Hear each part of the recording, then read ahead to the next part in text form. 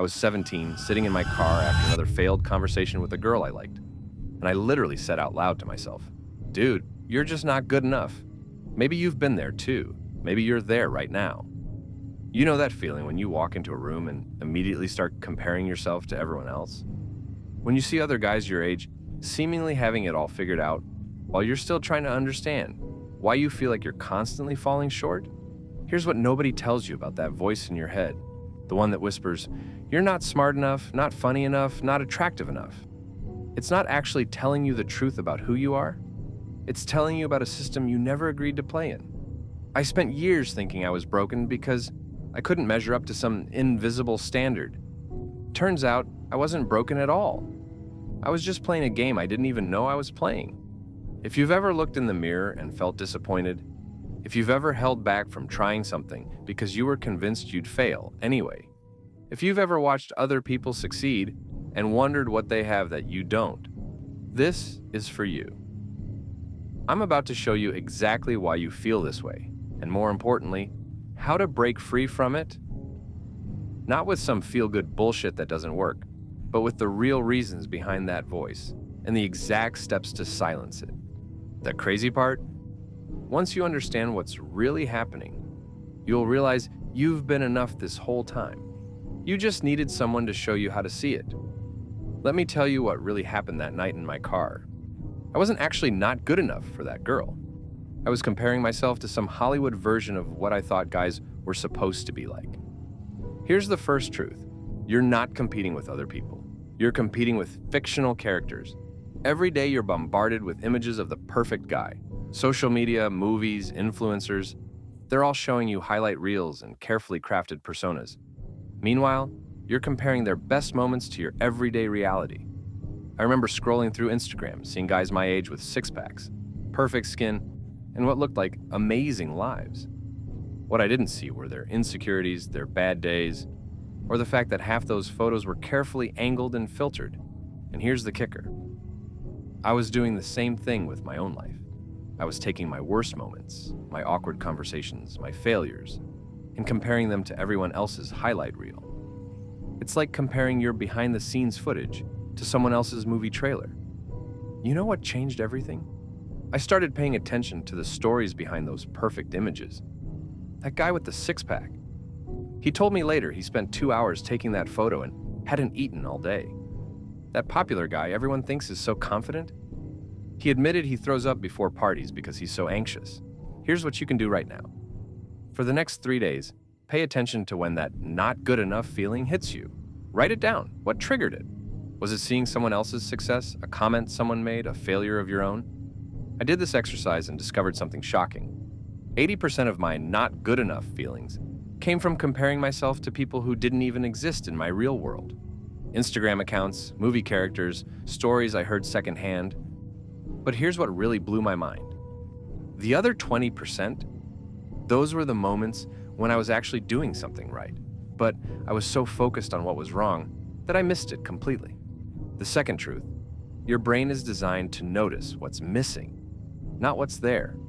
It's called negativity bias, and it kept our ancestors alive by focusing on threats. But now, it makes you focus on what you lack instead of what you have. When I was 18, I was so focused on not having a girlfriend that I completely ignored the fact that I was a good friend. I made people laugh, and I was actually pretty good at solving problems. These weren't small things, they were huge parts of who I was. I remember one day, my friend Jake was going through a rough breakup. He called me crying at 2 in the morning, and I stayed on the phone with him for 3 hours. I helped him see things differently, made him laugh, and by the end, he was thanking me for being such an amazing friend. But you know what I focused on the next day? The fact that I still didn't have a girlfriend.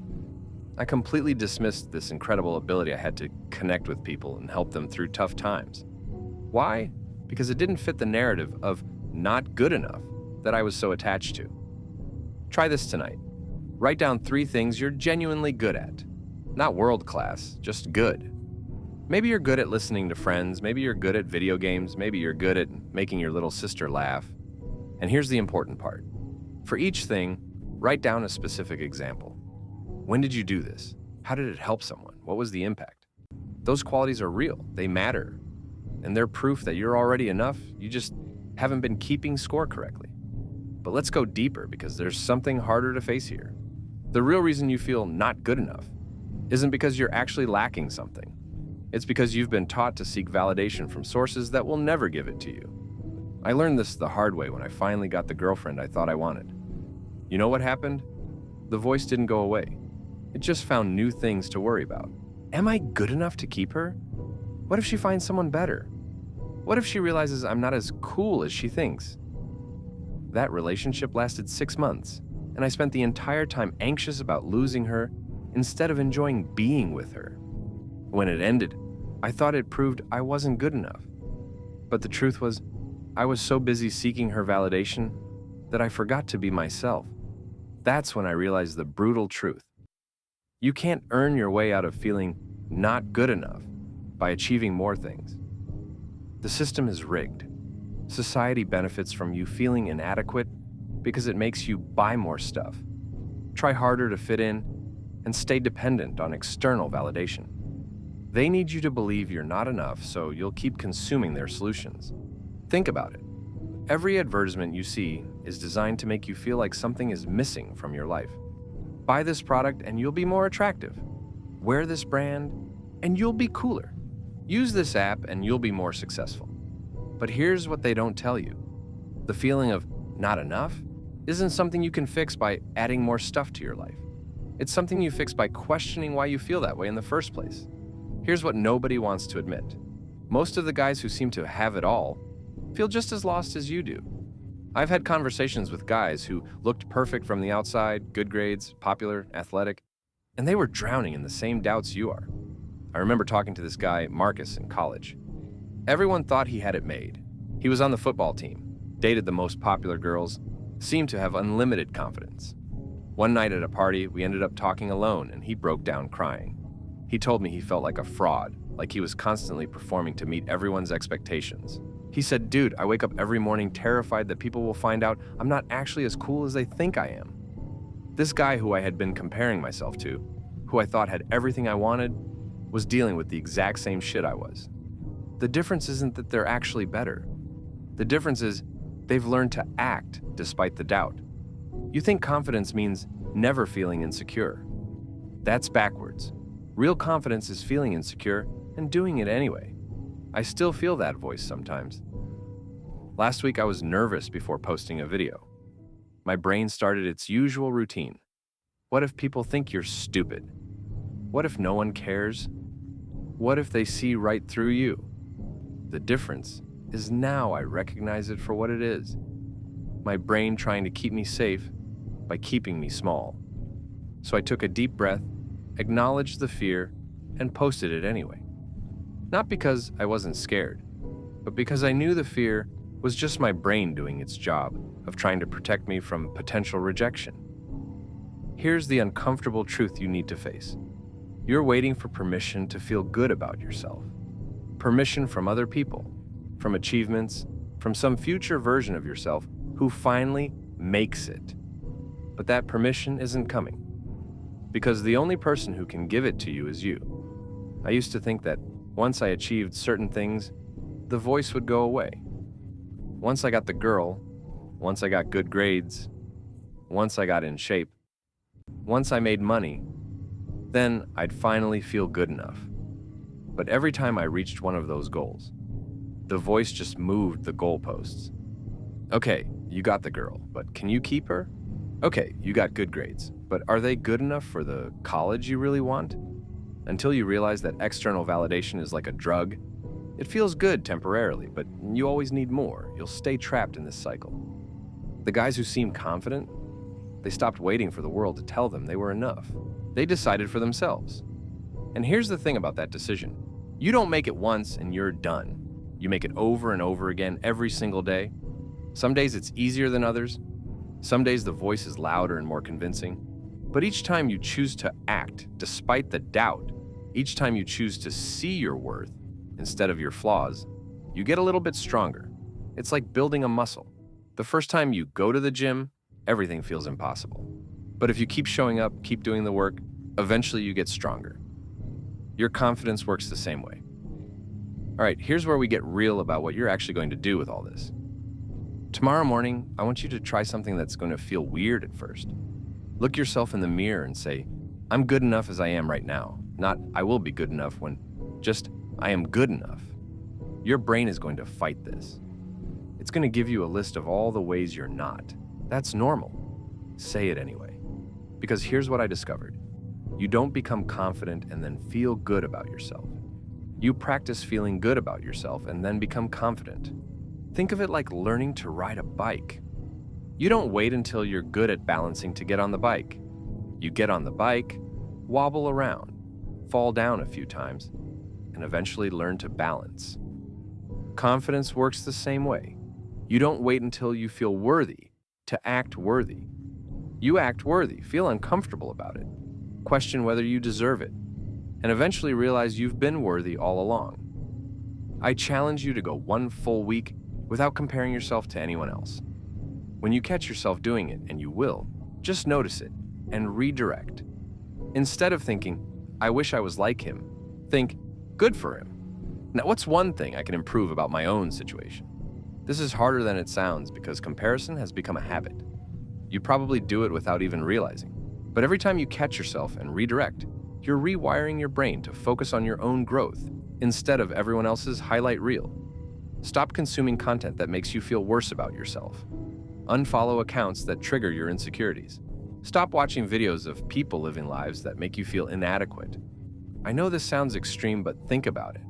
If you had a friend who constantly made you feel like shit about yourself, would you keep hanging out with them? So, why do you follow social media accounts that do the same thing? Replace that content with stuff that actually helps you grow. Books, podcasts, videos that teach you new skills or give you new perspectives. Feed your brain information that builds you up instead of tearing you down. Instead, start noticing your small wins. Did you help someone today? Did you learn something new? Did you make someone smile? These aren't participation trophies. These are evidence that you matter. I started keeping a small notebook where I wrote down one good thing I did each day. Some days it was big, like helping a friend through a crisis. Other days it was small, like holding the door for someone or making my mom laugh. After a month of doing this, I looked back through the notebook and realized something incredible. I had impacted people's lives in small but meaningful ways almost every single day. I had evidence that I mattered, that I made a difference. But if I hadn't written it down, I would have forgotten all of it. Why? Because my brain was trained to focus on what went wrong, not what went right. The hardest part about all this isn't changing your circumstances. It's changing the story you tell yourself about your circumstances. You've been walking around with a narrator in your head that's been telling you you're not enough. Fire that narrator. Hire a new one. What if instead of, I'm not good enough, the voice said, I'm learning and growing? Instead of, I always mess things up, what if it said, I'm getting better at figuring things out? Instead of, everyone else has it figured out, what if it said, everyone's just doing their best with what they know? That voice that says you're not good enough. It's not the truth, it's just a habit. And like any habit, you can change it. But here's the thing about changing habits. It takes time, and it's uncomfortable at first. Your brain is going to resist because it's used to the old patterns. That's not a sign you're doing it wrong. It's a sign you're doing it right. The voice might get louder before it gets quieter. It might throw bigger tantrums when you stop believing everything it says. That's normal. It's like a toddler who's used to getting their way. When you stop giving in, they scream louder for a while before they accept the new rules. Start today, right now. Stop waiting for someone else to tell you you're worthy of taking up space in this world. You are. You always have been. The only question is, what are you going to do about it? Because the world needs what you have to offer. Not some perfect version of you that doesn't exist. You. Right now. Exactly as you are. Your perspective, your humor, your way of seeing things, your ability to connect with people, whatever it is that makes you uniquely you. The world needs that. But you have to believe it first. You have to stop hiding behind the belief that you're not good enough and start showing up as the person you actually are. Stop playing someone else's game by someone else's rules. Make your own rules. define your own enough. What does success look like for you? Not what your parents want, not what society expects, not what looks good on Instagram. What actually matters to you? Maybe it's being a good friend. Maybe it's learning new things. Maybe it's making people laugh. Maybe it's creating something meaningful. Maybe it's helping others. Whatever it is, that's your scoreboard. Stop measuring yourself against metrics that don't even matter to you. Start keeping score in the game you actually want to win. Your story doesn't end with, "I'm not good enough." It starts with, "I'm exactly who I'm supposed to be, and I'm just getting started." And here's the beautiful part. Once you stop seeking everyone else's approval and start living according to your own values, something magical happens. The people who matter start seeing you differently. Not because you changed who you are, but because you stopped hiding who you are. The confidence you've been looking for isn't something you need to find. It's something you need to uncover. It's been there all along, buried under years of other people's opinions and society's expectations. Now prove it. Not to me, not to anyone else, but to yourself. You already have everything you need. You always did. The only question is, are you finally ready to see it? Are you